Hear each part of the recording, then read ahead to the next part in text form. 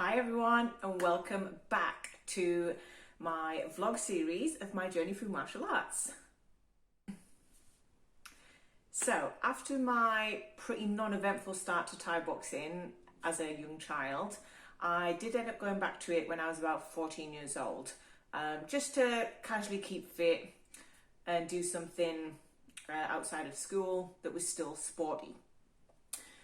All through secondary school, I was super sporty. So I was on the netball team, hockey team, the Horton cricket club team, and proper geek fact, but I was the first female to actually make that cricket team. Went in the newspaper and everything. And my dad was absolutely buzzing because he loves cricket. So, oh, funny story though. The one time my mum comes to watch, and just it wasn't even a game. It was just a practice session. I was fielding, and it was indoors, and over in like the doorway,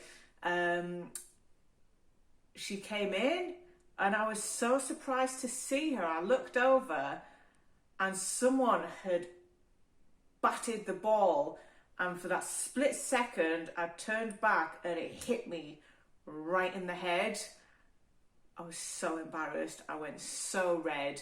My mum obviously was mortified that I just got hit in the head with it wasn't a proper cricket ball, it was still rock hard though, that you used to play indoors with. But yeah, that was a funny story. My mum didn't find it funny though. So anyways, I also did gymnastics from really early on, sort of 5 years old-ish, up until I was about 14. And you would think that doing it for that long, I would be good at it, but I actually wasn't that great. I just was so unflexible, really bad. Like I could only do the splits on one side. My shoulders, like I still have terrible range of motion in them. I don't think it's helped by obviously Thai boxing for so long, but yeah, you know when you do like a backward walkover and you obviously go backwards, my head would hit the floor first. My spine, there's very little bend in it. My shoulders don't go back. So yeah, I wasn't that great, and I also didn't really like heights. So getting up onto the parallel bars or going over the vault, it just scared the shit out of me. So yeah, I'm surprised I actually stuck it out for so long. But on the flip side, I did a lot of strength work whilst doing gymnastics. So I was knocking out push-ups and pull-ups from fairly early on. So I definitely think that put me in good stead for giving me a foundation in sort of core strength and coordination. So that's definitely helped. So I definitely recommend gymnastics if martial arts isn't your thing. Okay, so teenage lunch. Wasn't an angel. However, I was popular at school. I had the best friends, and there's a WhatsApp group now, and we still talk today. And on the rare occasion that we do get together, we have the best time. They're awesome, and they helped me through a lot during my teenage years. So my mum obviously is Thai, and she has obviously Thai cultural ways of doing things, but trying to bring me up that way in an English environment was hard. So I didn't really get along very well with my mum growing up. A few years now, I remember, you know, when you have a school disco, so my mum would insist on dressing me, and one time she made me like a Thai dress for my school disco, and it's like silk, like silk like a silk top, and then like a floor length silk skirt, and then she put like these net frill things off the side of it. I sometimes think it was like just for my mum's amusement. Sometimes some of the things she did. I was a little bit wary of going to the school disco looking like this, but I didn't really argue back with my mum, and so I go to the school disco, and everyone just laughed at me, and it was awful. Everyone was there in just like, you know, trendy like jeans and like skirts or tops, trainers, you know, a bit of glitter, maybe it's like a fancy party dress or something, and yeah, everyone stared at me. Anyways, this kind of continued. My mum was very much like, you have to do this, you have to do that, don't do this, don't do that. And the older I got and the more she kind of demanded what I had to do or couldn't do, the more I kind of rebelled against that, which I think is every teenager, to be honest. So we just never really, we just didn't really get on great. Like, I couldn't feel like I could go and talk to my mum about problems or periods or boys or anything like that. So yeah, my friends were there for all of that during school. So thank you guys.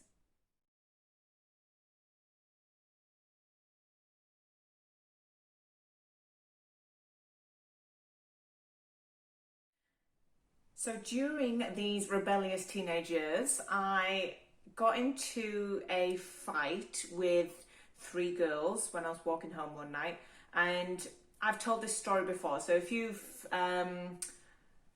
watched me on Tough or have kind of come across any interviews of why I started martial arts, you'll have heard this story.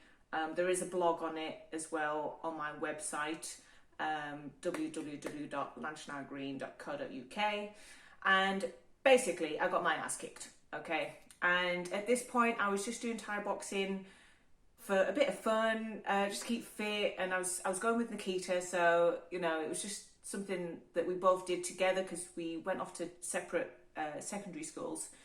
So yeah, so this altercation happened, and I was mortified. Like, I didn't get seriously hurt, but you know, like bust lip, black eye. It was more my hair than anything. I had really, really long hair, and these girls just like grabbed clumps of it and just like dragged me around by my hair, and I just didn't really know what to do. Anyways, after that, I went to Paul, the Thai boxing coach, and was like, listen, this has happened, and it really knocked my confidence. And so I ended up going training from like a couple of days a week to 6 days a week. I was there Monday to Saturday, without fail. And the gym became somewhere for me to vent out any anger, frustrations that I had. It was somewhere I could just go and hit the pads, hit the bags, be around some wonderful people, all the people I got to meet at Paul's gym. It became a really positive environment for me. And obviously the more I was there, I actually got better at it. Not like gymnastics. So I was training 6 days a week. At this point, my mum obviously, and she still thinks this now, that girls shouldn't fight. So back then, I just told her that I was going to the gym to keep fit, which technically wasn't a lie, because she still doesn't like the fact that I do it now. So it kind of just became something that we didn't talk about. But at this time, my parents were building a house in Thailand, which was to become their retirement home. And so my mum would go off to Thailand and she'd kind of go backwards and forwards for a few months at a time. So whilst my mum was away, I was in charge of looking after my dad. Again, Thai culture, the girls do the cooking and the cleaning. And what my mum did was she batch cooked a whole load of different Thai meals and just stuck them in the freezer.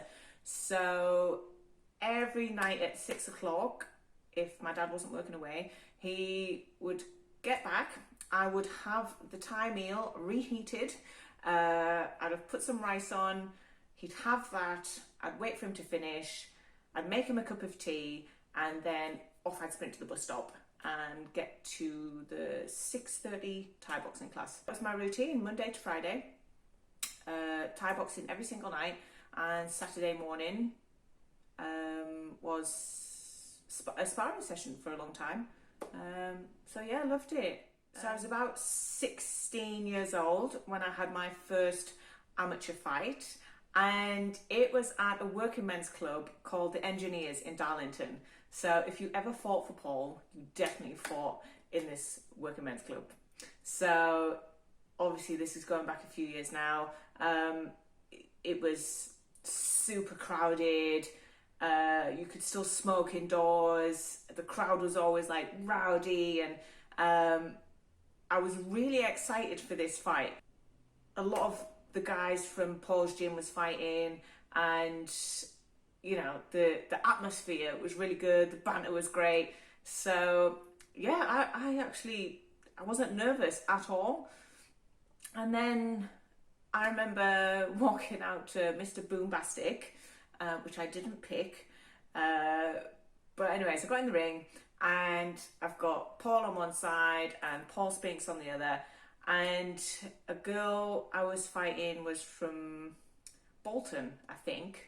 The bell went and it was awful. Like, I absolutely hated it.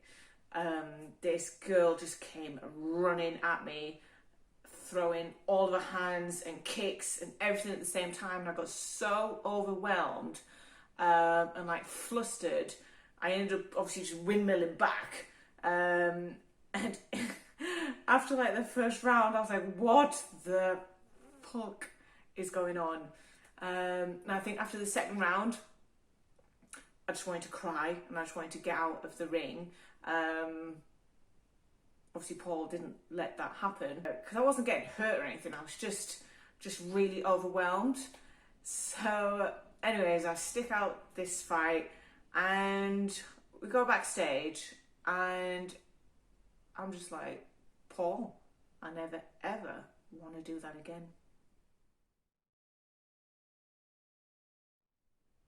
So what does Paul do?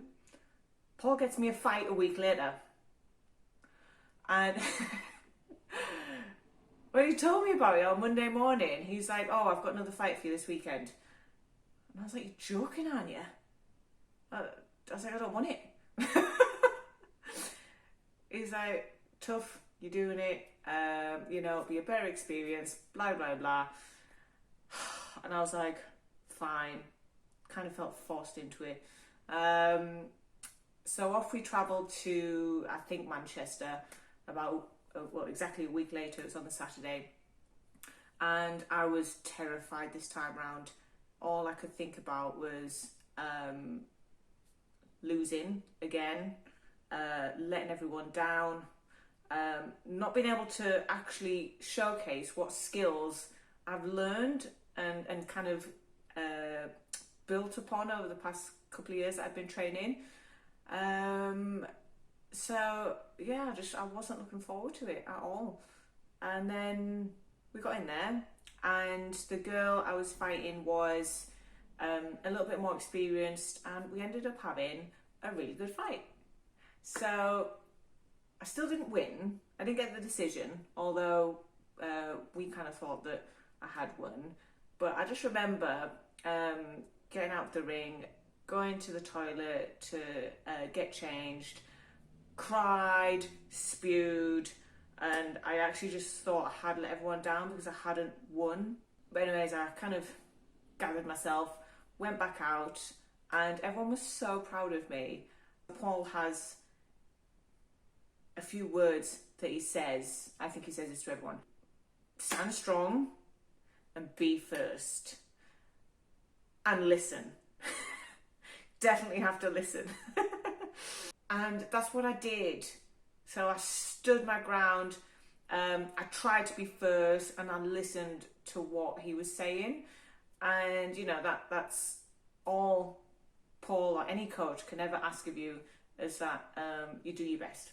And more importantly, I wanted to be there. Even though I wasn't looking forward to it, once I got in there and we got going, you know, I wanted to stand and fight, and I wanted to win the fight. And for me, that was a victory. So on the car journey home, my jaw was killing me, my legs hurt, I was physically drained and wiped out, but I had this overwhelming sense of achievement. I couldn't believe that that was me, that I'd got in there and done that.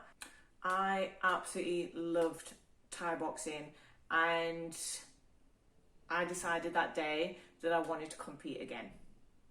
And I did, and I continue to do so now. So when you join a martial arts gym, find somewhere that builds you up, that gives you the confidence that you need. They encourage you, they support you, and you know, your coach has your best interests at heart. Okay, don't get me wrong, I hated Paul sometimes. I remember walking back sometimes from the gym and just thinking how much I hate him.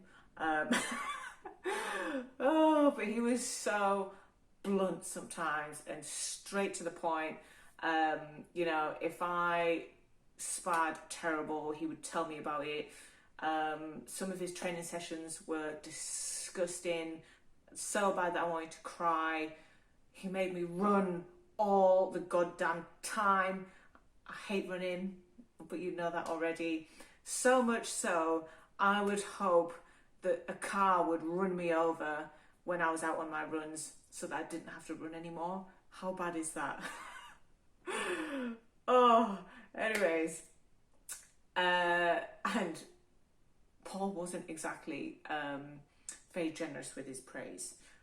However, all of that being said, Paul made me realise I was way more resilient, tough, and courageous than I ever thought I was.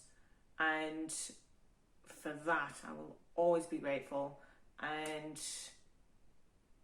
training at DBMA with all those people, with Paul, with Simone, with Nikita, you know, it's all helped again shape who I am today. Because who knows, what if he'd have said, if after that first fight I was like, Paul, I don't want to do it anymore, he'd just been like, cool, no worries. What would I be doing now? Who knows? So I'm glad he never let me quit.